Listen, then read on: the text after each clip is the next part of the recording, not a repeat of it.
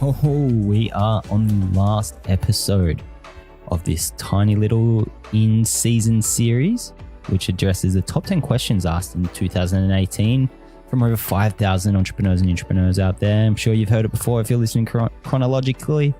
I'm Geordie, you're listening to Create and Destroy, and this is the last part. So, pens out, this one here is all about design. So, let's get into it. So the last question that I get asked all the time, and this one here is very directed at design. And so the answer is going to come from designer Jordan, not business Jordan. So, well, no, I must admit it's going to be a balance of both. So the question is really simple. It's, Jordy, what makes a good brand? I've seen that you've done work for heaps of companies, big and small, all around the world. And you've done branding, logos, identity, all sorts of stuff. What makes a good brand? And I'm just starting out. I'm doing my new little business and I need a logo. What makes a logo good? What makes one bad? And so the answer is not that simple, but I've broken it down into a thing called the MVB. Anybody who's a startup enthusiast out there or knows anything about startups knows that there's a thing called the MVP, which is the minimum viable product. And that's just the easiest way to test your riskiest assumptions, most likely. And so if we steal that same, mentality and we call it a minimum viable brand, this is the absolute minimum I think that you need to do to set yourself up with a good brand. And let me just break it down for you. What you're going to need is a good name, a good logo, a bunch of colors, a couple fonts to use. And the last one, the magic thing, is creating some tone of voice or creating tone around your brand. So let's break it down. I've seen too many businesses doing great things just not be able to get it going purely because their name sucks. Their name might be way too long or funky spelling or something that is just too hard for the consumer to remember, spell, Google, or understand. So I like to help people with naming their companies and their business. And I always try to make sure that it's one or two words. That's it. And it might explain exactly what you do as a business, or it just might be a cool word. That's cool too, right? So you are in control in the meaning that goes behind the name. If you think about Google and Uber, we know that there's names, there's reasons behind those names. But before we started using Uber as a daily word, nobody was saying Uber. No one at all. Same with Google. Nobody was using the word Google before Google used it. And now they've created their own brand. So make sure the name is short and snappy. It's right to the point. It's kind of clean. And visually, when you look at the word, it's strong and it's appealing to the eye. Now, that's gonna dictate what your logo is going to look like. And so I always like to build logos with, three variations. The one, or the hero logo, is all of the variations together. This might be an icon, so a really simple little drawing. So if you think about Nike has the swoosh or the tick, then the word Nike, I never remember how to say it. And then they have the tagline, just do it. So if you're going to see it all together, which you very rarely do, you'll see the swoosh, Nike, and just do it. So that's the whole brand. They've now separated it because they're such a strong brand that they can use any three of those things independently of one another, and it's you're going to know straight away it's Nike. So version number 1 is going to be an icon, the name, and the tagline. This might be a swoosh, Nike, and just do it. Version number 2, you're going to ditch the tagline. You're just going to have the icon and the name. And version number 3, you're going to have just the icon. And actually, I lie. There's a fourth. You'll have just the name too. So there's 4 variations. My mistake there. Sorry, guys. So they're the same logo broken apart into 4 different ways that you can use it. Now you choose when to use it and in what usage you want to use just the icon and just the name, or the whole thing. So the whole thing will most likely be on official forms or letterheads and that sort of stuff. If you're thinking about it in a traditional way, the icon needs to be strong enough to be literally an icon for an app, right? That might just be the tick, or it might be just the word, depending on the length of your word. If it's a simple 3 or 4 letter word, you could just use the word as the icon. But most likely, it'll most likely be a little bit longer. So you want to make sure there's a strong, identifiable shape, which is your icon. And they need to be represented in a few colors that reflect what you do. So if you think about Nike, it's always black, white, red, or that lime green.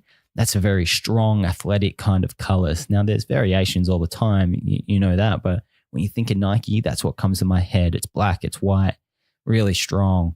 There's that pop of, tennis ball green, or that strong red color. That there is their 4 colors. So you need to choose what your 4 colors are. If you're a mountain bike company, you're most likely going to want to have some browns, some greens, some nice whites in there to be nice and clean and contrast mountain biking, quite a traditionally dirty kind of sport. And you might chuck some dark brown or black in there to be a stronger brown color. Now, if you're a surf school, you're probably going to have some blue in there, aren't you? Blue, white, turquoise, because you want to make sure that when the customer looks at your logo, it reflects the feelings that they get from interacting with your product. Now, that's might be too many colors for you too. I have done countless brands that are only black and white. And then the complementary imagery that we layer this logo over, so namely graphics or photos, they will then create the feeling that you need. The logo will stay in a white or a black, depending if it's a light or dark image. Now, font choice is always up for debate, and it's the bane of every designer's existence. I traditionally kind of find fonts that I like the look of and then rip them apart and try to make them my own. But that's only if you're a designer, right? So if you're just out there and you've got no money for a designer, I highly recommend just picking one heading font. Please don't let it be Comic Sans or something revolting or something that's just disgusting. Make sure it's a strong heading font and a nice light complementary font that you can use for the tagline and then for the bodies of any times that you're writing. Now, you should always be looking at Google Web Fonts because it will make your life a lot easier when you need to transfer your brand onto a website. You can use Adobe Typekit. You can use a whole bunch of different online font houses or foundries. But that's what you should be looking at. Now, all of those 4 things, the logo, the name, the color, and the font, they already add up to creating some sort of flavor and tone of voice for your brand. But the final thing that you should be doing here is working on some creative copy. So the tone of voice is literally the voice in which you write about your brand, you explain your brand, and the way that you convey your message. So if you want to be a fun, edgy brand, then you need to write in a fun, edgy way. If you're an academic researcher that's very technical, you might want to explore simplifying the language so everybody could understand it without dumbing it down too much to discredit the hard work that you've done. On the other side of the fence, you might want to take a tongue-in-cheek, pathway. And if you're a at-home kids performer for birthday parties, say, maybe you want to write in a intentionally kind of stern kind of way, which kind of pulls the piss out of yourself. That might be a tactic that you want to explore. Now, this is all going to be trial and error. That might be completely wrong too, but you want to write some copy, chuck it down on a dummy piece of marketing material and chuck it in front of some people and just see how they react. Now, this isn't crazy research. You don't need to go too far into it, but you just need to slap something together to put it in front of people that aren't in the triple F. And the triple F that I refer to quite a lot is friends, families, and fools. You want to put this stuff in front of people that you don't know, and if you can, not fools, just a potential real customer, and then ask them, hey, what do you think about this? How much would you be willing to charge for something like this? And if the answer and the consensus is that they're not going to pay the amount that you need to charge for it, then maybe you need to look at redesigning it in a more expensive or classy or classic or clean looking way that will imply a higher value. Now, we all know that brands out there with high brand value can in return demand high prices for their goods. We know that luxury brands like Chanel and Balenciaga and Louis Vuitton that create handbags with their logos on it, their bags, sure, they're made out of beautiful leathers and all these sorts of things, but they're not exponentially more expensive than a lesser name brand. I think we can all agree that we're buying the brand sometimes more than the actual product, and that's totally fine. That's the sign of a very strong brand, and I'm going to encourage you to try to do that for yourself and create value and create a damn good product. And a damn good product then needs to have a damn good brand. So before you can go to an amazing design studio and reach out to me if you're in the position to work with a studio, and I can recommend a whole bunch around Melbourne and Australia that are doing amazing things. But before you're into that area and you want to give it a crack yourself, there's two things you can do. You can go the short path, which is going to be go onto canva.com or that sort of website, find some templates and find one that looks like you and adapt it just enough to make it your own. Now, that's the short way. The long way, and this is how I got into design, was go onto YouTube, download Adobe, Photoshop or Illustrator, and just start practicing. If you want to learn one skill, I always encourage people to learn a little bit about design and to learn how to visually communicate their ideas, because it makes life a lot easier in the long run. But that's pretty much what you want to do. So just to round it out, you need to create an MVB, minimum viable brand. You need to make sure your name is short and snappy. You've got a couple variations of the logo and icon. You've thought about where it's going to be used, and you're going to make sure that it can be used both digitally and physically. You're going to pick out a couple colors that you're going to stay true to. You're going to make sure that the fonts that you use, you've got two that you use all the time, a nice clean and light font for the bodies and the paragraphs and the tagline, and a strong font, which will most likely be for headings, and it might also be your logo's font too. Then this is the hard one. You're going to develop a tone of voice, and this is the way you're going to talk about your brand and the way that your marketing materials are going to read. But overall, I just want you to remember that you just keep it simple. When you start overcomplicating things, that's where it gets messy, really messy, and your message will get confused.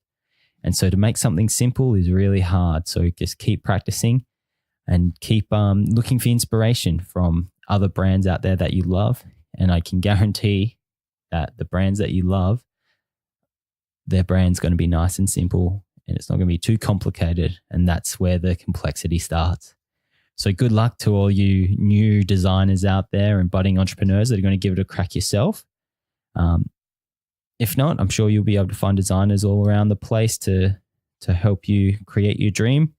Just remember, when you're working with designers, you get what you pay for, and don't piss them off. So thanks for listening, guys. This was part 10 of the 10-part series of the top questions asked in 2018 by all entrepreneurs and intrapreneurs all around Australia. If you were one of the 5,000 crew plus that we met with this year, I just want to thank you for listening to us and trusting us with our guidance. And I'm immensely kind of grateful for the opportunity to be able to speak to you. And if you're tuning in and we haven't met before, I'm pumped that you're listening, and hopefully I'm creating some value for you and you learn a little bit. As always, if anything doesn't quite make sense, feel free to reach out to me on jordanjan.com or at jordanjan on Instagram. That's probably going to be the easiest. You can email me too. We can organize a time to hang out and meet up, especially if you're in Melbourne, Australia. But I'm always around the place, so I'm always happy to meet with crew. So that's that. Thanks for listening, guys. This is Create and Destroy. I'm Jordan Jan. I hope you're having a rad day out there. You.